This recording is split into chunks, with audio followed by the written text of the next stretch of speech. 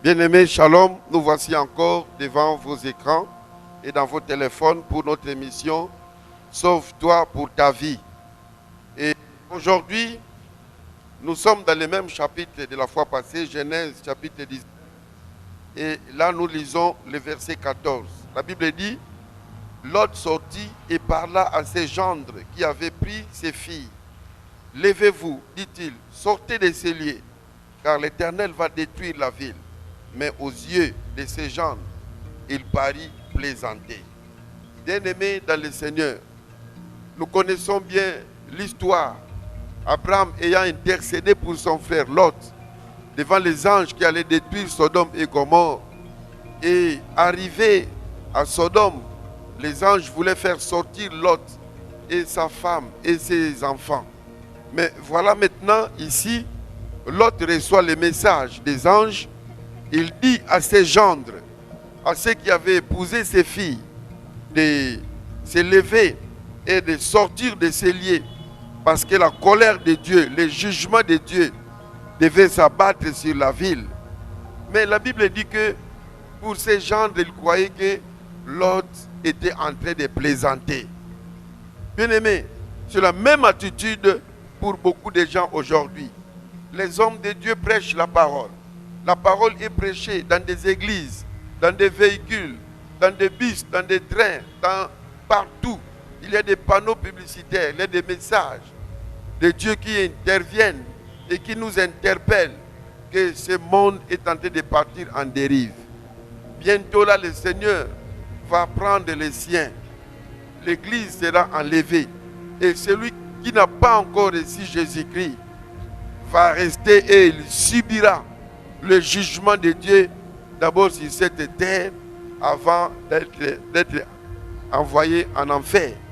Mais pour beaucoup de gens, ils prennent les prédicateurs comme des aventuriers, comme des gens qui plaisantent. Quand quelqu'un est en train de prier, il donne sa vie à Christ et dit que mais comment? Tu as des problèmes, tu es malade. Qu'est-ce qui te dérange pour commencer à prier, pour devenir chrétien? Chers frères et sœurs, c'est maintenant l'heure de se donner au Seigneur. Vous qui voyez les enfants de Dieu tenir des Bibles, aller à l'église, ils savent, bien aimés, que un jour, la trompette sonnera et les morts en Christ ressusciteront premièrement. Et après, les chrétiens qui ont Jésus, qui ne seraient pas encore morts, ils seront changés ensemble et être enlevés. Et ce qui va suivre après, ça sera les catastrophes. Voilà pourquoi nous disons, c'est maintenant qu'il faut donner sa vie au Seigneur. Ne plaisantez pas, bien-aimés. Ne tergiversez pas. Ne croyez pas que l'ambiance est tout. Tout ce que vous voyez sur ce monde, c'est passager. Le monde passe, ses plaisirs vont passer. L'ambiance va passer, la sexualité va passer. Bien-aimés, donnez votre vie à Jésus. Voilà pourquoi est-ce que Jésus est venu, pour qu'en fait que quiconque croit en lui, qu'il ne périsse point, mais qu'il ait la vie éternelle. Bien-aimé, le temps est venu pour toi qui me suis ce message. Si tu n'as jamais reçu Jésus-Christ, de le recevoir dans ta vie comme ton Seigneur et Sauveur personnel. Parce qu'il est venu pour ça. Jean 3,16 dit que Dieu a tellement aimé le monde. Il t'a aimé.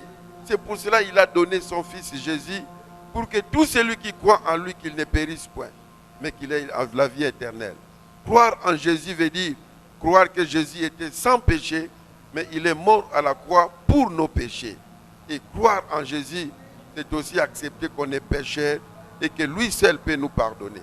Si vous avez reçu ces messages et que vous avez besoin de les recevoir et que nous puissions vous aider, eh bien, vous pouvez nous appeler au numéro qui est affiché là-bas. Si vous appelez, vous allez m'avoir directement. Je vais vous aider à recevoir Jésus-Christ et à vous affermir et à vous aider dans la marche chrétienne avec Dieu. Si vous avez aimé, partagez cela avec d'autres bien-aimés qui ont aussi besoin du salut, des meilleurs intimes, que tu ne veux pas qu'ils aillent en enfer. Peut-être que toi, tu as déjà reçu Jésus, mais les autres ne l'ont pas encore fait. Ils sont tentés de tergiverser, les envoyer ces messages. Que le Seigneur vous bénisse abondamment.